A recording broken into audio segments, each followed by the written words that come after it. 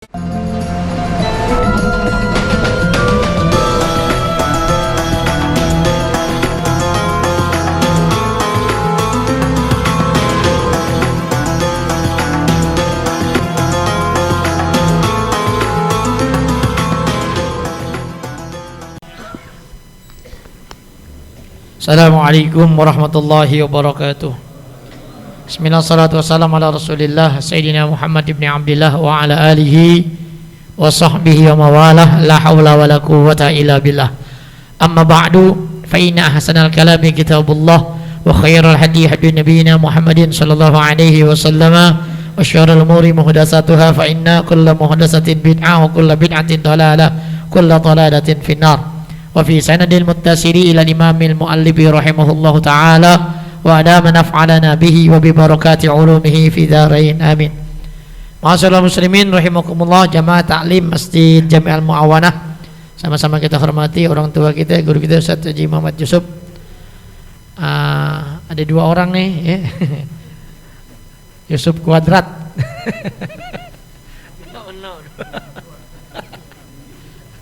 Oh tiga, mana lagi?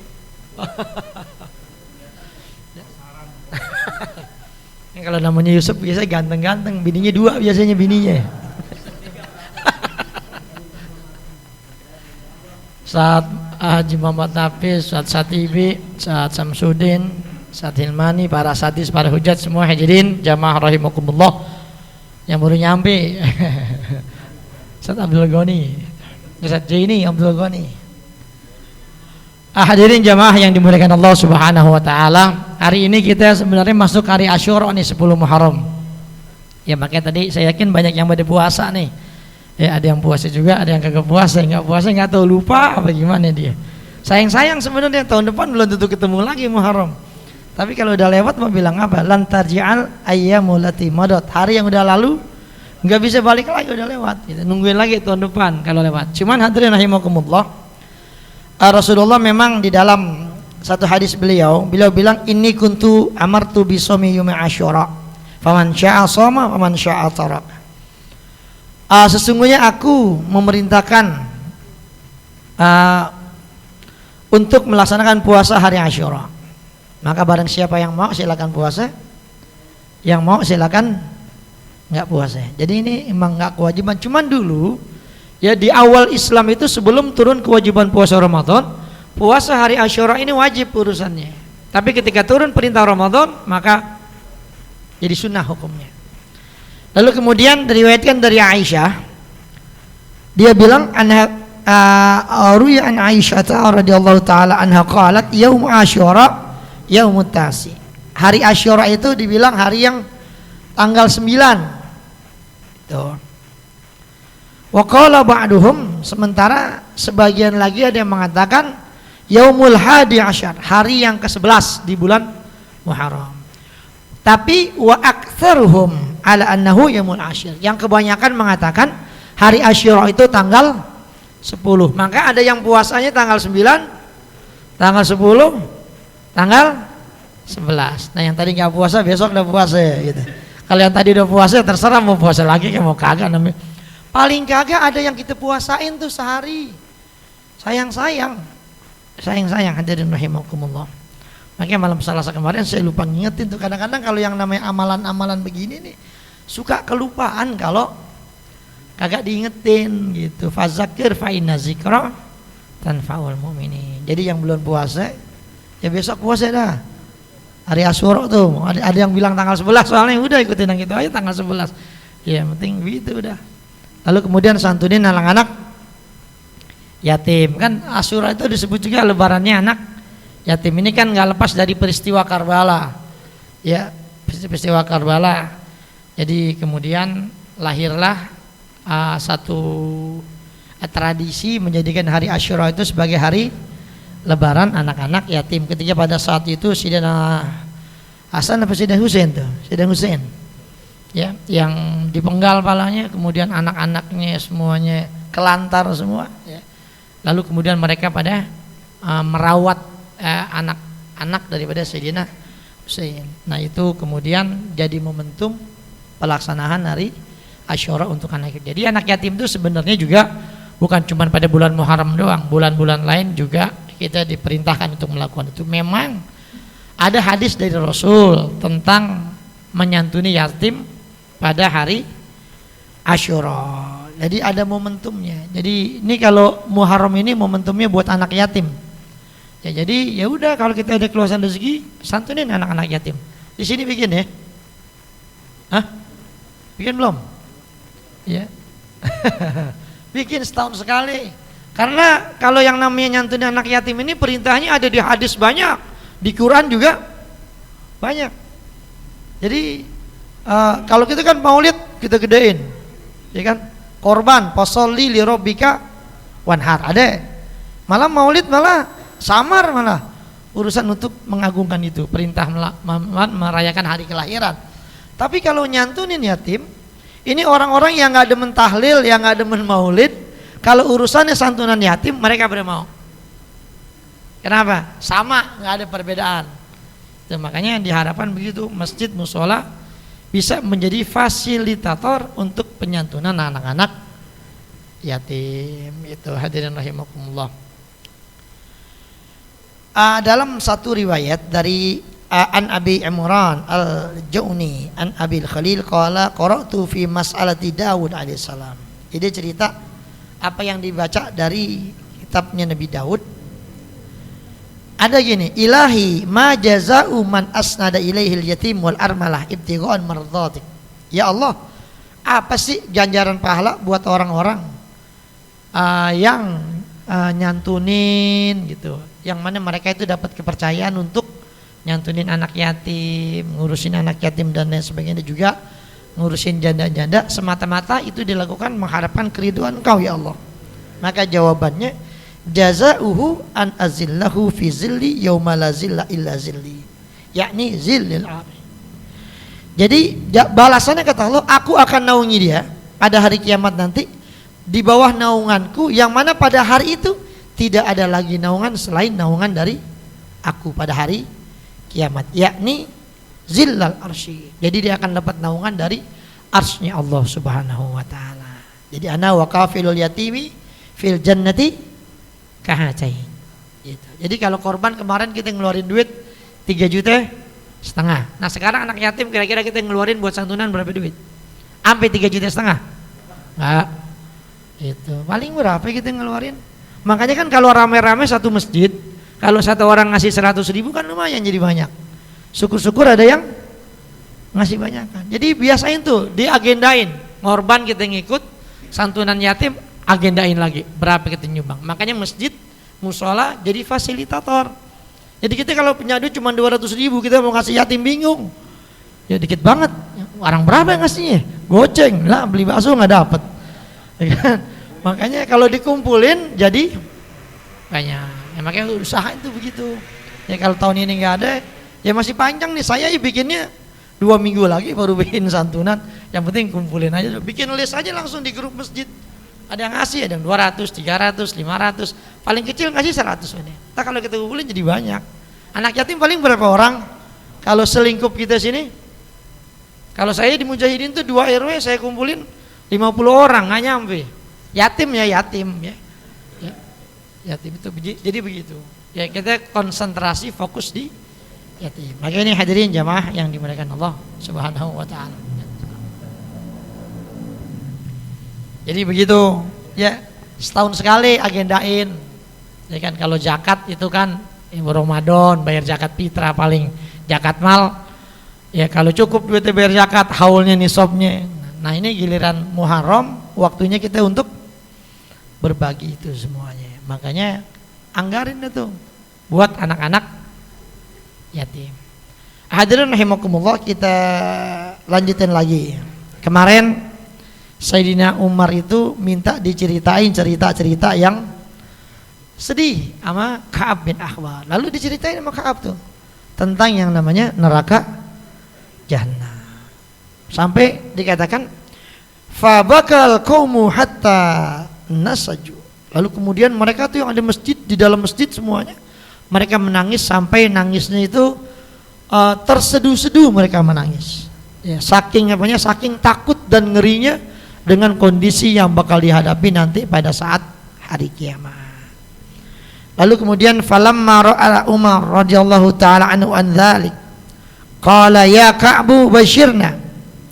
Ketika Umar ngelihat orang pada nangis, tadi kan Umar minta cerita yang bisa membuat jadi takut, jadi sedih. Udah diceritain pada nangis semuanya.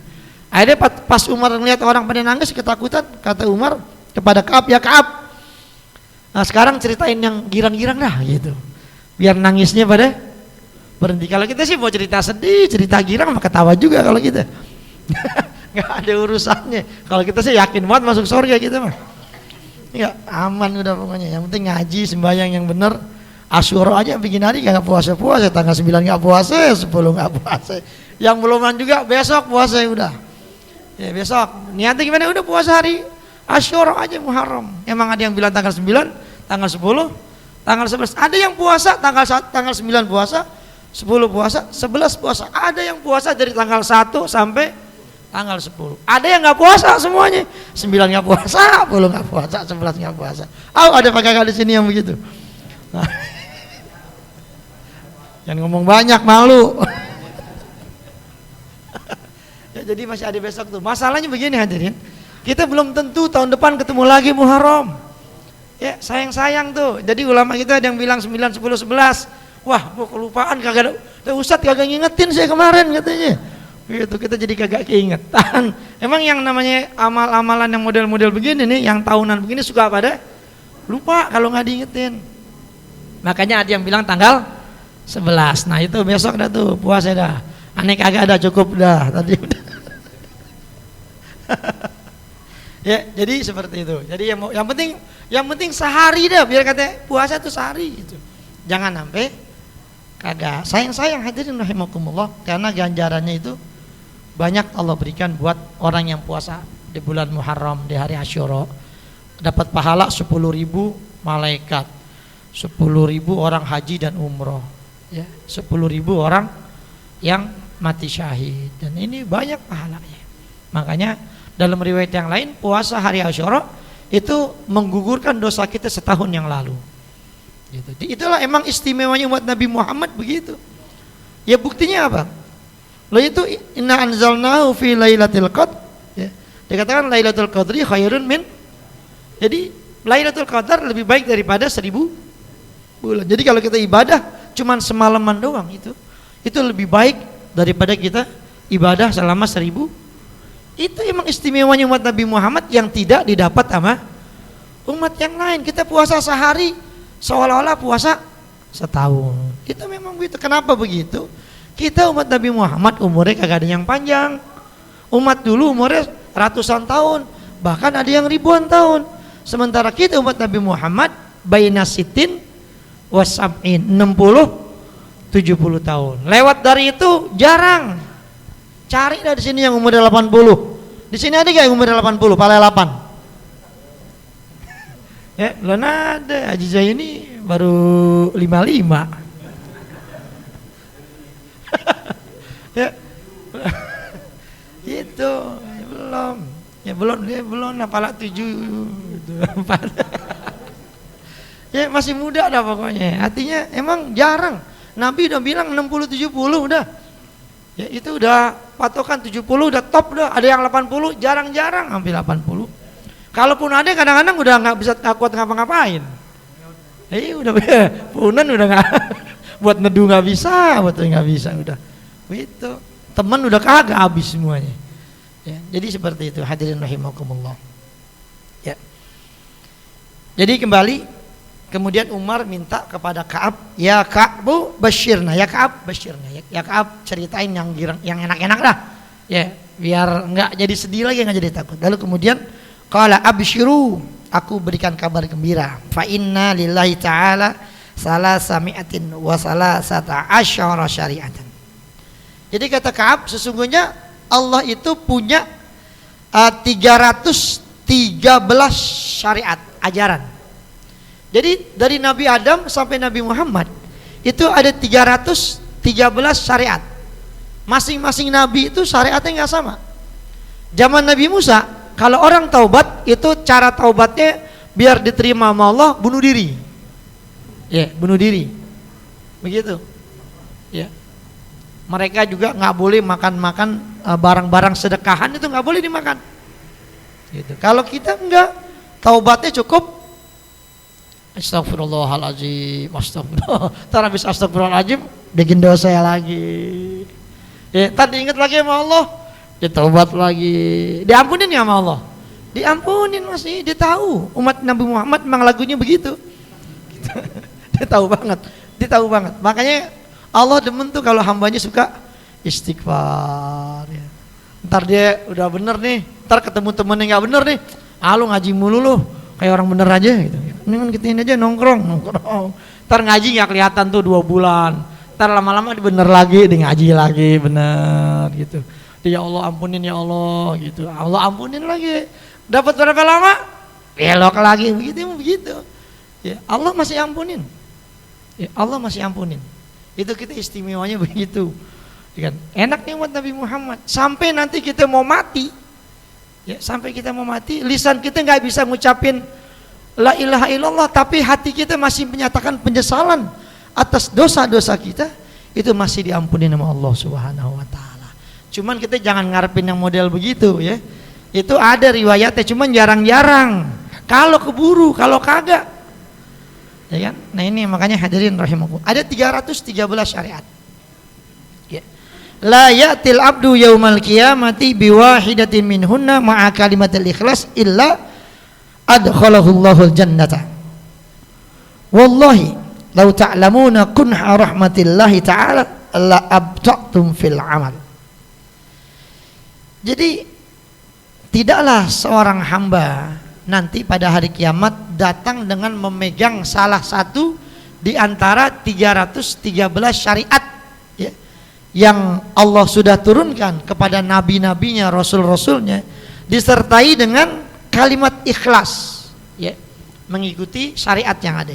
Jadi zaman Nabi Idris, Nuh, Hud, semuanya itu mereka ikutin syariatin Nabi Nuh, ikutin syariatin Nabi Musa, ikutin syariatin Nabi Ibrahim. Mereka meninggal, mereka bawa syariat Nabi Ibrahim, benar, ikhlas, masuk surga gitu. Nah kita umat Nabi Muhammad begitu juga ya.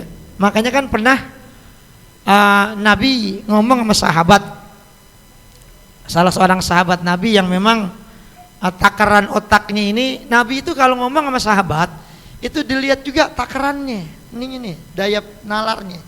Ada sahabat-sahabat itu mereka emang nggak bisa banyak mikir. Ya, dibilang man qala la ilaha illallah dakhalal jannah. Siapa orang yang mengucap la ilaha illallah masuk surga. Dia nanya, ya Rasul, walaupun kerjanya bikin dosa mulu ya Allah, ya Rasul. Iya, walaupun dia bikin dosa mulu masuk surga. Lalu kemudian dia keluar, di jalanan ketemu Umar. Lalu disampaikan kepada Umar, ya Umar, siapa orang yang ucap la ilaha illallah walaupun dia banyak bikin dosa mulu masuk surga. Umar dengar gitu ditenteng kerahnya sama Umar. Lu ngomong jangan barangan aja. Siapa yang ngomong begitu? Umar, enak banget la ilaha illallah. Ya banyak bikin dosa masuk surga. Nabi yang ngomong. Gua kagak percaya. Masa enak banget orang. Akhirnya udah kalau nggak percaya kita ketemu Nabi dah. Akhirnya dua ketemu Rasul. Kata Umar, ya Rasul, emang benar ya Rasul kau ngomong gitu ya Rasul? Kata Rasul, iya. Cuman kata Umar, ya Rasul, tolong kalau ngomong lihat-lihat juga ya Rasul sama orangnya gitu maksudnya. Yang model begini diomongin begitu ngaco, di ngablak kemana ada, nyablak tuh dia ngomong tuh. Pokoknya la ilaha illallah biar katanya banyak bikin dosa masuk surga gitu. Ya, tapi emang begitu. Ya, memang begitu. Itu istimewanya. Makanya kalau Umar kan pengennya biar suruh usaha dulu, jangan dikasih yang enak. Orang kita kan kalau dikasih enak aja kan males sudah gitu. Jadi gampangin aja udah, tenang aja kita sih udah pasti masuk surga gitu, ngapain capek-capek gitu. Tadi juga dipanggil sama Nabi Muhammad paling belakang, jadi yang penting kan dipanggil, daripada kagak udah ngucap la ilaha illallah, udah ngucap syahadat lagi. Nah itu hadirin rahimakumullah. Makanya orang tuh mengucapkan kalimat itu syahadat. Makanya orang tuh kadang-kadang ada yang masuk surga gara-gara kawin doang, ngucap syahadat. Ya kan? Banyak tuh orang-orang mualaf masuk Islam. Saya tanya, ngapa mau nikah ya? Iya Pak Ustadz, tahu aja, yang pasaran udah gitu. Ya masih bagus dan namanya gitu. Asyhadu alla ilaha illallah, asyhadu anna Muhammad. Ada orang saat kita tahu dari mana dia ngucapnya beneran dari hatinya. Ente nggak boleh seuzon. Udah selama dia mau ngucap, udah kan pernah zaman perang ada orang Quraisy itu kafir udah terdesak di pojokan, ya kan? Terdesak di pojokan udah tinggal dipenggal doang mau dibunuh, langsung ngucap asyhadu alla ilaha illallah wa asyhadu anna Muhammad. Kata temen yang lain udah bacok aja. Dia pasti ini dia ngucap karena kepepet dia mau kabur kemana lagi. Kalau main catur sekak seter mau kemana lagi udah. Akhirnya dia ngucap syahadat gitu. Tunda dia bohongan nih. Gitu kan. Akhirnya mau dibunuh juga. Akhirnya dia bilang ente jangan. Ya, ente tahu dari mana dia ngucapnya? Enggak tulus dari hatinya. Gitu. Kan urusan ini urusan Allah udah. Pokoknya kalau dia ngucap gitu udah jangan dia apa-apain. Ya, begitu hadirin rahimakumullah. Ya. Tuh, makanya apa yang dikabarkan oleh Ka'ab bin Ahbar jadi begitu udah. Orang bawa syariat satu, ikhlas dijalanin, udah masuk surga demi Allah. Seandainya mereka mengetahui besarnya rahmat Allah, niscaya mereka akan malas buat beramal, malas beribadah. Kalau udah tahu nih orang nih bahwasanya rahmat Allah nih buat kita nih makhluknya, terutama umat Nabi Muhammad sangat besar, malas kita ibadat, udahlah tenang aja kita si Romani 99,9% masuk surga. Itu yakin gitu udah. Gitu kenapa? Ya kita mesti yakin masuk surga ya. Yang penting kan kita udah bener jalanin semuanya. Ya kalau seandainya sampai masuk neraka juga kita mesti tanya juga nih dari mana jalannya bisa masuk neraka gitu. Orang kita ngaji udah puasa hari Asyura tanggal 11 nggak apa-apa dah daripada kagak udah puasa juga ya kan. Namanya dikerjain semua. Kok masih masuk neraka juga? Salahnya di mana nih? Salah buka buku kali nama Yusuf ada banyak nih itu. Ya begitu. Tapi ingat nama nanti bisa ngasih syafaat. Begitu. Makanya kalau orang-orang dulu namain anak Usman. Anak sekarang saya lihat di absen-absen sekolah SD yang namanya Ali nggak ada. Ada nggak? Usman. Hah? Jarang kita ketemu namanya panjang-panjang. Kita nggak tahu udah namanya itu. Bapaknya ngambil dari mana nama-namanya. Itu begitu. Nama itu bisa ngasih syafaat. Orang ada namanya Muhammad Fadil. Mabok mulu. Mabok mulu. Ya tapi sembahyang sih giliran sembahyang dia benar juga. Ntar mati tuh. Giliran dipanggil Muhammad Fadil. Katanya masuk neraka nih katanya. Ini sih katanya malu-maluin Nabi Muhammad nih begini. Gitu udah gimana nih? Ya gara-gara namanya Muhammad. Masa Muhammad masuk neraka? Kan gak pantas. Akhirnya gimana? Udah dah dengan syafaat tafaul pakai nama Nabi Muhammad di namanya. Yang tadinya harusnya masuk neraka. Udah kata Allah, saya nggak enak sama Muhammad. Ya masa masuk neraka udah. Tarik masukin ke dalam. Oke, tapi jangan ngandel. Wah Ustadz udah ngomong begitu tuh. Enak banget gitu namanya. Aman enak aja. Ntar malingin kalau begitu gak dimasukin dulu barang 2 tahun.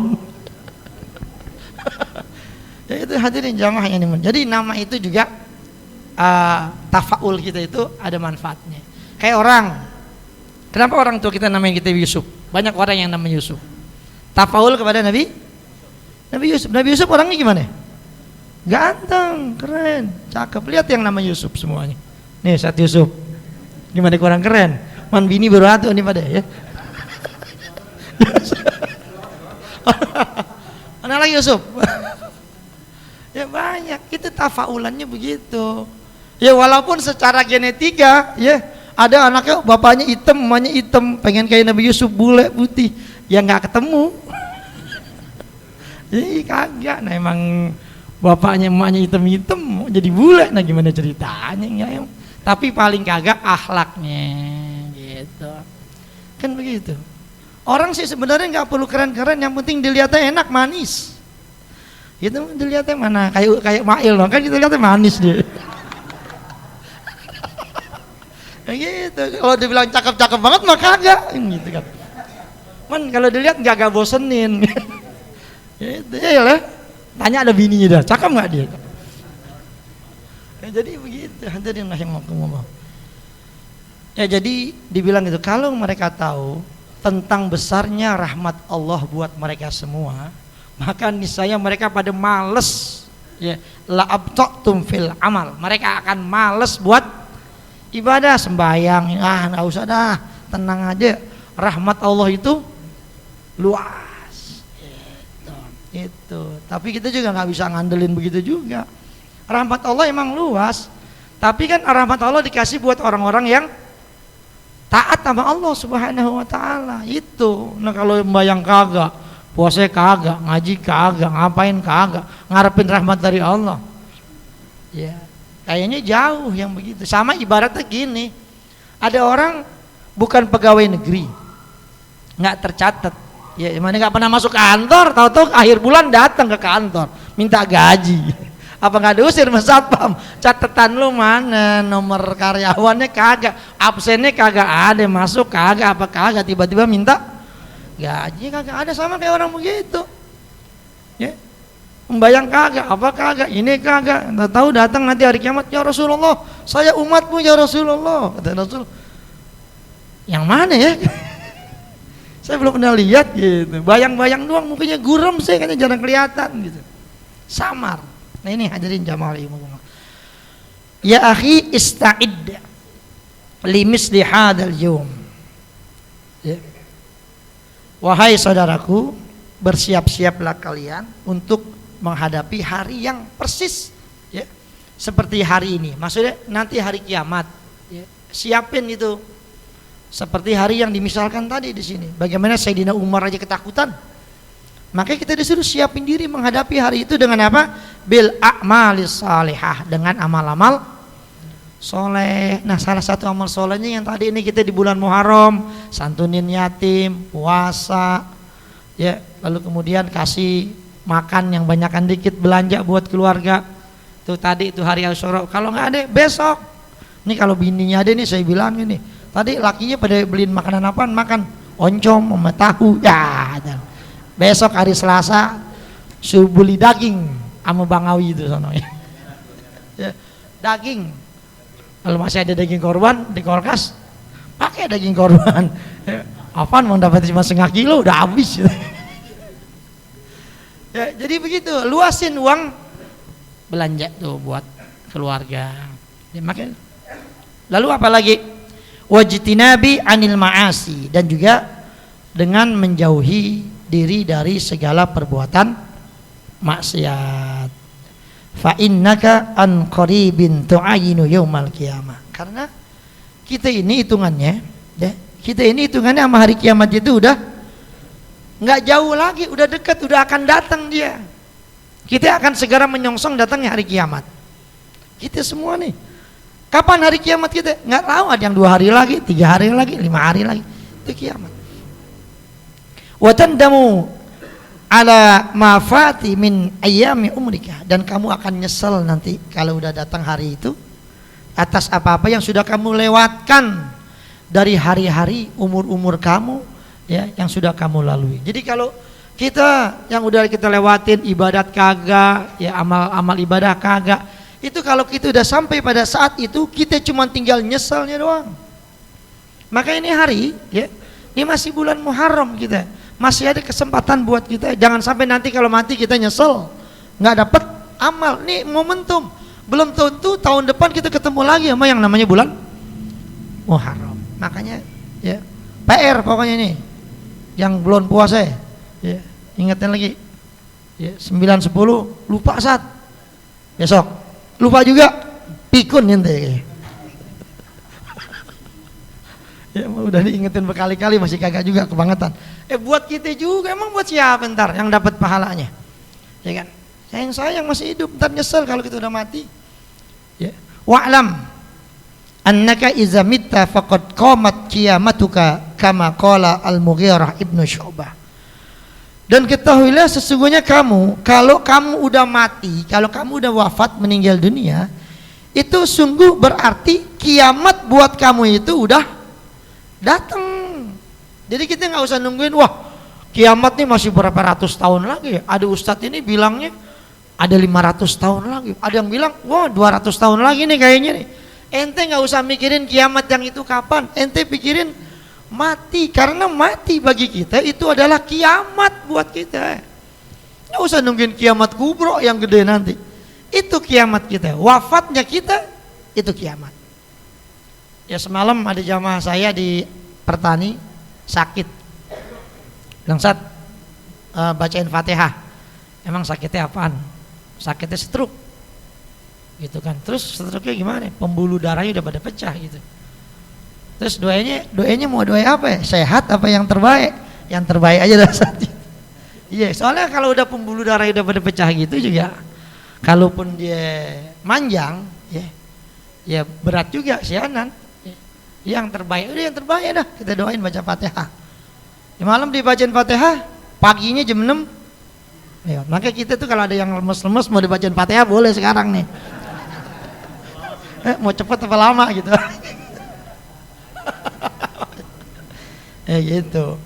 Ya kan kalau dulu saya masih ingat dulu kalau masih ada orang tua saya dulu J. Yamin itu kadang-kadang kan murid-murid itu datang ke rumah bawa air. Assalamualaikum guru. Apa ya? Bapak no katanya udah banget katanya gitu. Kalau orang udah ngomong banget gitu ya. Ini minta air dah gitu. Orang tuh kalau namanya anak bapaknya dibilang udah banget datang ke rumah guru minta air. Air apa Anda? Nah itu air pengantar gitu bahasanya. Kalau bahasa kasarnya udah cepet mati gitu maksudnya gitu. Itu begitu udah, makanya kesianan udah 3 hari katanya begitu aja kan gitu, minta air gitu ya begitu dah. Kalau orang tua saya itu kalau yang datang muridnya dia mau, yang ngelahiran tuh pada dia mau gitu. Kalau Bang Jaini datang dia mau pasti. Tapi kalau yang datang bukan muridnya disuruh ke rumah Ki Mat Sasi no Cililitan. Beneran, dia kalau bukan murid yang dikenal dia nggak mau. Emangnya gue dukun gitu-gitu sama dia. Lo datang no Kimat Sasi sana no Cililitan sana, minta air di sana gitu. Nah, yang lahiran paling yang saya tahu cuma itu doang, 2 yang mau dikasih itu air. Pertama ngelahirin yang susah lahiran, sama yang mau meninggal dunia nazak sakaratul maut, baca airnya. Ada tuh bacaannya, saya sih tahu bacaannya. Saya pernah cobain juga, mati tapi orang gitu. Nah orang datang ke rumah ya, Ustadz, Assalamualaikum, salam, apa nih? Bapak no katanya udah datang ke sono, kiai sono katanya masih gitu-gitu juga ngap-ngapan aja. Terus tolong beda nih, doain dah. Saya bingung bacain apa ya itu. Nah orang tua saya meninggal, saya masuk kelas 2 sana, iya. Cuman tahu apaan? Cuman saya lihat deh kalau orang datang tuh, ya diambil wudhu, ya disolat sunat 2 rakaat, habis itu dibaca doa, udah dikasih airnya tuh gitu. Gitu. Udah saya baca aja, udah bismillah aja dah. Ini pasti kalau begini pengennya mati nih, saya tahu nih gitu. Ya udah lah kita doain aja biar cepet mati kan gitu. Ya udah, terus air diapain Sat? Diapain ya? Dia bilang, udah seingat saya minumin aja pakai sendok ke mulutnya, sama usapin di embun-embunan nih sama di dadanya. Udah saya sih asal ngaco aja begitu gitu. Gak dapat ijazah kagak. Udah jalanin, nggak lama dapat berapa jam. Innalillah, udah manjur juga. Oke, kalau ada mau nyobain nggak apa-apa, datang aja ke rumah. Ya jadi seperti itu. Itu sugesti juga sebenarnya semua ya. Sugesti artinya kalau orang tua saya itu kan ilmu falaknya itu kan udah di atas rata-rata itu dia. Ya kalau ini tahu dah tuh ya. Ini orang sakit itu bisa dihitung.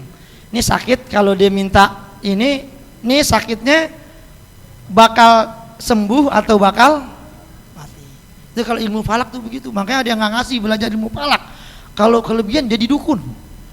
Gitu. Begitu. Oh iya nih begini. Sama kayak jodoh begitu juga. Jodoh tuh nama orang itu bisa diacak tuh namanya. Misalnya kan ada orang demen sama cewek, ya kan? Tapi ceweknya nggak demen. Pernah ada kejadian tuh di Pondok Labu, ya orangnya masih ada sekarang. Ya begitu, yang cowok demen, yang cewek gak demen. Kalau ngapelnya mau bapaknya, anaknya menjalan sama temen-temennya.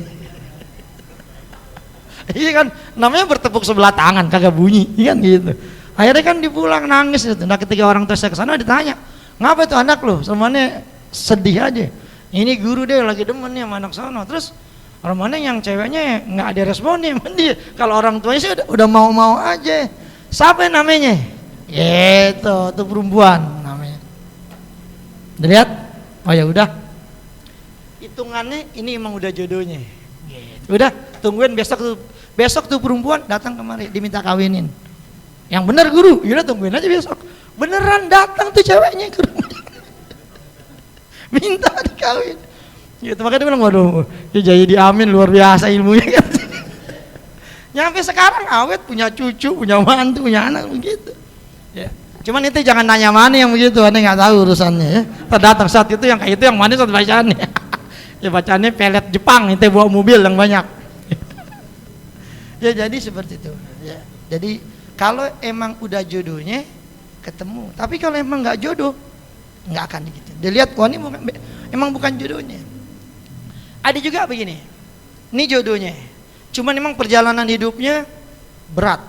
Ya perjalanan ntar rumah tangganya bakal berat dapatnya di ujung tanduk. Makanya lu bakal nikah sama dia, tapi nanti perjalanan rumah tangganya luar biasa. Anak lu ntar bakal pinter-pinter, tapi susah diatur, begini dan lain sebagainya. Ya, kalau emang siap ya udah, begitu siap jalanin. Jadi kayak begitu.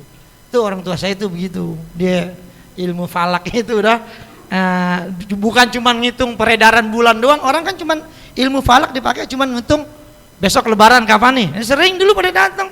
Dulu Ki Hasan Azhari juga kalau itu suka datang ke rumah nanya. Dimanggilkan mu'alim. Waktu beliau mau ngajar di Masjid Nasrun Minallah, itu beliau datang dulu ke rumah. Jadi Ki Hasan Azhari datang, minta izin dulu sama orang tua saya, diminta ngajar di Nasrun Minallah. Kalau orang tua saya kan sama Nasrun Minallah dia nggak akur dia. Soalnya kenapa? Dulu kan namanya Masjid Guru Amin dulu ya, orang tahunya Masjid Guru Amin. Lalu kemudian Guru Amin nggak ada, dipegang sama Jiali. Lalu kemudian Jiali kemudian diganti sama orang situ. Makanya dia nggak begitu cocok sama Nasrun Minallah. Makanya di situ kalau maulid dia diundang. Dia kagak mau datang, orang tua saya gitu lagunya, tanya aja udah kenal tuh lagunya. Dia kalau kagak demen udah deh.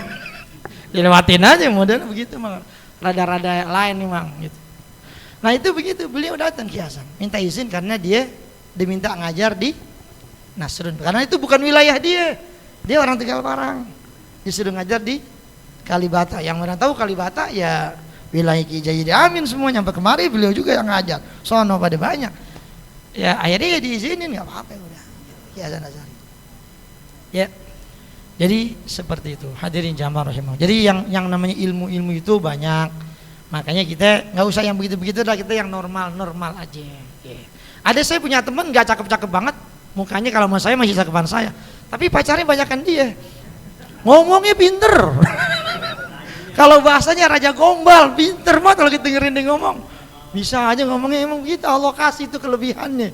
Muka lu sih kurang cakep, ngomong lu pinter. Nah anak cewek kan mau aja dirayu-rayu, digombalin. Bapak kamu supir ya? Kok tahu? Ya, jadi hal pinter gitu ngomong. Jadi begitulah. Makanya ada orang kadang orang dilihatnya cakep, tapi kok nggak bisa ada kepentingan cakep, mungkin begitu. Orangnya kaku. Gitu. Kita mesti belajar juga gitu. Yang pada belum punya jodoh, ini nggak punya jodoh di rumah aja. Lo nggak ada jodoh kan, jodoh udah ditulis waktu kita dalam perut kata Ustadz. Terus kita juga datang sendiri. Nah kalau nenek-nenek yang datang, lu mau? Ya cari jalan main ke rumah temen, kemana kayak mana. Kalau kita punya temen, nah itu siapa? Adek gue, nah cakep juga adek lo. Kok lain temen lu? Adek tiri ya? Adek kandung barangan aja. Udah kita manggilnya abang ipar dah mulai. Gitu. Begitu. Saya juga punya temen begitu, main pesantren main ke rumahnya. Pas main ke rumahnya, itu siapa tuh? Adek gue. Awas lu, jangan deket-deket temen dia lo. Gue tahu lu pada bajingan semua pada. Ya itu hadirin jamaah yang dimuliakan Allah Subhanahu wa taala. Jadi seperti itu. Ya, tetap yang namanya rezeki apapun kita harus bergerak. Nih kayak gini amal, ya tetap kita harus cari amal, nggak bisa kita udah tenang aja dah, begini aja itu. Tetap cari amal-amal soleh. Kayak sekarang Muharram, cari amal soleh di bulan Muharram. Ya. Jadi yang namanya kiamat ketika orang meninggal itu berarti datang kiamat buat dia. Sebagaimana dikatakan oleh Al-Mughirah Ibnu Syu'bah. Innakum taquluna al-qiyamata. Sesungguhnya kalian mengatakan hari kiamat gitu kan. Innama qiyamatu ahadikum mautuhu. Sesungguhnya kiamat salah seorang di antara kalian itu apaan? Mautuhu, kematian dia itu kiamatnya. Udah, kita nggak usah mikirin kiamat yang entar al-qari'atu mal-qari'ah wa ma adra, kejauhan. Kita kayaknya nggak ngalamin yang begitu ya, nggak ngalamin. Mail masih ngaji aman pokoknya udah. Aman, makanya masih aman lah pokoknya, masih jauh lah, masih banyak pengajian. Nah, yang kita pikirin kiamat buat diri kita apaan? Mati. Jadi yang dinamakan kiamat buat orang itu adalah ketika kematian datang buat dia, maka itulah kiamat dirinya. Wa dzukira an Alqamah bin Qais annahu kana fi janazati rajulin faqama 'ala al-qabri falamma dufina qala amma hadzal abdu faqad qamat qiyamatuh. Disebutkan dari Alqamah ibni Qais adalah beliau ya pernah berdiri di hadapan jenazah ya di kuburan dari seorang laki-laki, dan tatkala selesai dimakamkan ini jenazah, beliau bilang begini, adapun hamba ini, kata beliau, sungguh kiamat buat dia sudah datang. Jadi kiamat buat dia sudah datang. Kenapa? Karena udah meninggal. Maka itulah kiamat buat kita. Kok bisa begitu? Orang yang udah mati dinamakan udah sampai di hari kiamat buat dia. Dikatakan wa innama aqala dzalika, dan adalah beliau mengatakan demikian itu li'annal insana iza mata faqad ayana amruhu yaumal qiyamah. Sesungguhnya seorang manusia kalau dia sudah meninggal dunia, maka akan tiba, akan datang segala urusan-urusan dia ya yang nanti akan dihadapi pada hari kiamat. Kok bisa begitu? Ya karena orang kalau udah mati seolah-olah dia sudah berada di alam kiamat. Li'annahu yaral jannata wan nara wal malaikata. Karena orang kalau udah mati dia bisa melihat surga, dia bisa melihat neraka, dia bisa melihat malaikat. Gitu kan. Orang kalau hari kiamat kan begitu juga. Allah walaupun kiamatnya masih 1000 tahun lagi, tapi karena dia udah mati, Allah perlihatkan surga, Allah perlihatkan neraka, malaikat dia bisa ngelihat. Dia bakal ketemu dengan malaikat munkar, nakir, malaikat ruman, dan berbagai macam malaikat lainnya. Wala yaqdiru ala amalin minal a'mal, dan orang kalau udah mati dia juga udah nggak bisa lagi beramal-amal seperti amalnya orang-orang yang hidup. Jadi ibaratnya udah selesai urusan di dunia, udah. Fasara biminzilati man hadara yaumal qiyamah. Maka kondisinya orang ketika dia sudah meninggal dunia itu posisinya persis sama seperti orang yang sudah berada hadir pada hari kiamat. Dia bisa merasakan siksaan di dalam kubur, nikmat di dalam kubur, ya, baunya surga kalau amalnya bagus dia bisa cium, aroma neraka dan siksaan neraka walaupun kiamatnya belum terjadi tapi dia udah bisa merasakan itu. Nah itu adalah kiamat buat kita. Makanya yang kita pikirin jangan kiamat yang nanti, kiamat kita yaitu kematian kita. Itulah. Maka fakhutima ala amalihi bil maut. Maka ditutup semua amal-amal perbuatan dia dengan sebab kematian dia. Jadi orang kalau udah mati udah habis. Iza mata ibnu adaman qata'a amaluhum. Apabila orang sudah meninggal dunia maka terputus amalnya. Maksudnya terputus apa? Dia nggak bisa beramal lagi. Ada orang mati dikuburin tadi sore, subuh sembahyang subuh. Kira-kira gimana yang hadir? Ya, iya, kuburin katanya. Kok sembahyang subuh lagi katanya? Udah selesai. Dia udah nggak bisa lagi sembahyang, udah selesai. Ditutup dengan kematian. Gitu. Fayakumu yaumal qiyamati ala ma mata alaihi. Maka dia akan berada ya, kondisinya seperti berada di hari kiamat ketika dia sudah mengalami yang namanya kematian. Fatuba liman kanat khatimatuhu bil khair. Maka beruntung bagi mereka-mereka yang akhir dari kehidupannya itu dalam keadaan husnul khatimah. Udah selesai. Ntar kita lanjutin lagi. Mudah-mudahan sehat walafiat, panjang umur. Ingetin lagi, besok yang belum puasa, puasa gitu ya. Itu. Awas, lupa lagi kebangetan. Al-Fatihah.